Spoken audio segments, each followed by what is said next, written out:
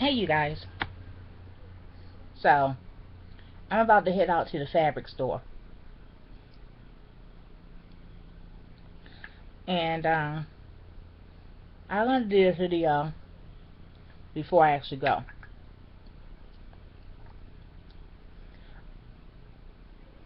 You guys, no matter what I say or what it comes off as, I appreciate you guys. The thing is, I appreciate the ones who are here for positive reasons. I appreciate those who are here for positive reasons. What y'all hear sometimes, as far as how I address my audience, is out of frustration sometimes. Sometimes it's out of hurt. Sometimes it's out of anger. The reality is that we always want to just talk and parade about and shout from the rooftops about unity and supporting one another, but the reality is that we're so used to not supporting each other, I don't even know if we know how to, because we think that it's support if we go over and pat somebody on the shoulder and say, oh, it'll get better, and then you go back to where you were talking about them and laughing all the way back home. That's not support. But we see it as support because we did this action of patting them on their shoulder. But it was meaningless. It was hollow. It had no power behind it. It had no truth to it. So it lacked power. So it's pointless. I don't want I don't want those. I don't want people to tap my shoulder and tap my head and say everything is okay. I don't need that kind of support. The support that I need and the support that I give, the support that I give is unconditional support. That means that even if you're wrong, it's not about applauding you in your error, because the inner guard in me is correct even in my errors. My errors is even correct. But because I'm following the path and the journey that I was destined to go in and destined to be on. But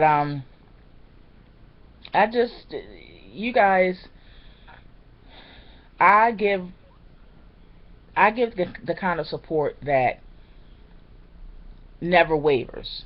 If you're wrong, okay, we're going to address that you're wrong. I'm not going to publicly put you out there and point out all the ways that you're wrong and look for a crowd to get behind me. I'm not going to give you that kind of support. That's the problem with a lot of us black women. It is.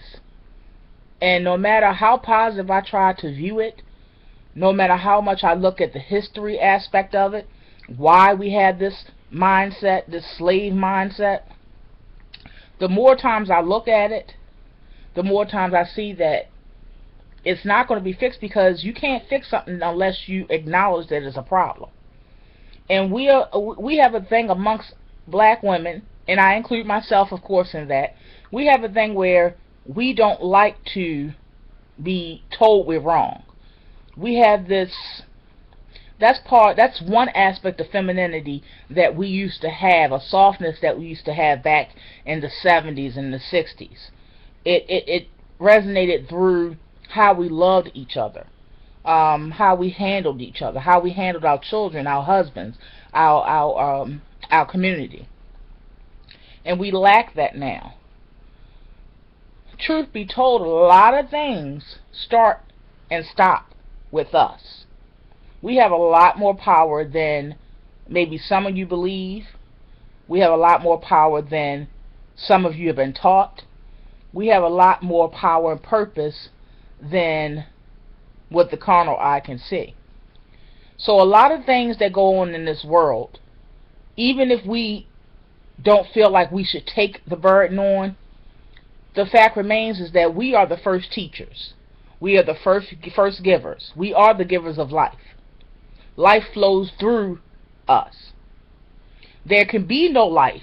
There can be no growth. There can be no existence unless it flows through the woman.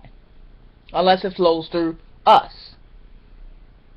And quiet as it's kept, in case you don't know, we are the original woman. We are the original people. All things come through me. So we have to be mindful of our responsibility. We have to be mindful of our duties. And we have to just not let society or the world form our purpose.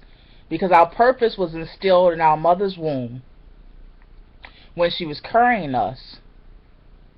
It was instilled way back then. Our purpose was established even before our earthly name was. So just as we recognize names, just as we let names define us and give a glimpse into who we are, we need to start looking beyond the surface.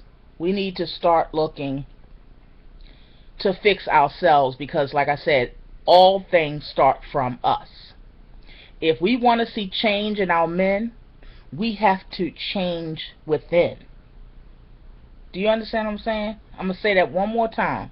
If we want to see change in our men, in our communities, in our schools, in our churches, in our government, if we want to see change within all of these things, since all of those things came from us, we have the power and we have the ability to change them.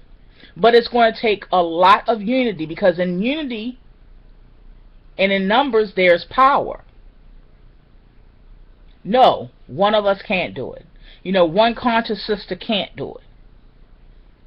But that one conscious sister that maybe has a voice that's bold enough that the masses can hear and be touched inside. We have to be bold enough that the masses will hear us, and that one sister can plant the seed of change. So no, one sister can't do it, but that one sister, if she's willing to sacrifice, if she's willing to stand up, if she's willing to boldly live, if she's willing to do so unapologetically, if she's willing to do all of those things, and she constantly are true to herself and true to her purpose and true to her journey and her calling, then that one woman can spark change. The question is, are you going to be that woman? I go ahead and nominate myself, because I'm not all of that, and I'm not, you know, the greatest speaker. I'm not the greatest vlogger. I'm not the most motivating person in the world.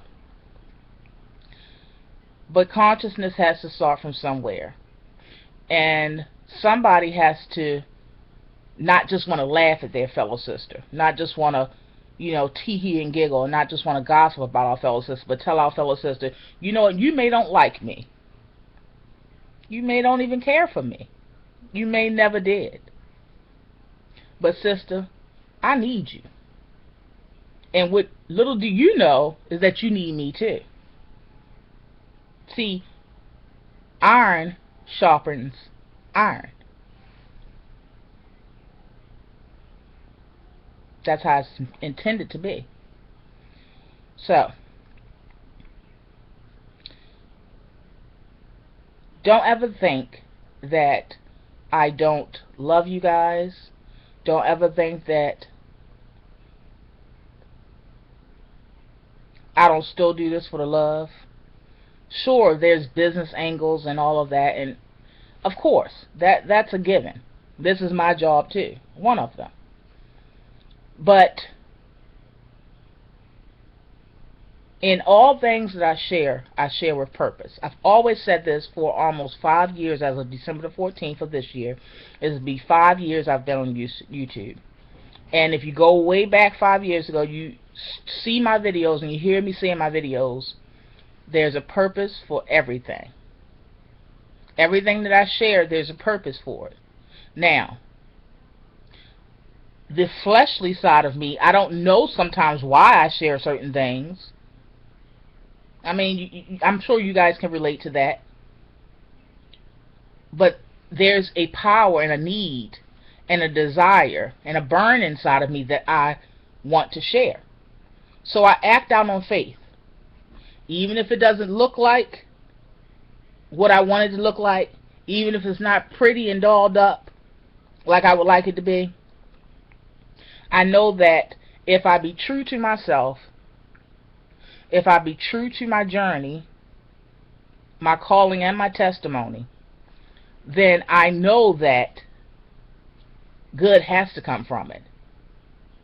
Progression has to come from it. It has to follow. So I just wanted to, it just had that in my spirit, and I just wanted to share that. Some people will get it, some people won't. But it is what it is. And I hope that it spoke to you on different levels, many levels. Alright, you guys, I will talk to you guys later. And it's so much I wish I could share with you guys. Y'all not ready though. Y'all not ready. I can see by how you're supporting things that I'm sharing that maybe you don't agree with, and I can see where it's going. I can see how it's going. I tested the situation. Y'all not ready for the real things I have to share. Y'all not ready for some things that I'm enlightened to, some things that I now truly believe in my spirit. Y'all not ready. I wish I was, because every day I wake up now excited to see what that day is going to hold for me. When I stop fighting myself internally and I stop fighting within myself, I was able to get to a place where I no longer feared to live. And today I wake up excited, because I know that that day is going to be a whole new journey, a whole new venture, a whole new path established for me. And all I have to do is just believe in the Most High and continue on the path that He set me on. And if I am to stray off, which I'm sure I will at some point in time, then I just do what we always been taught to do, which is you fall off that horse, you get right back on it. It's not if you fall, it's how gracefully you get back up. And I do that superbly.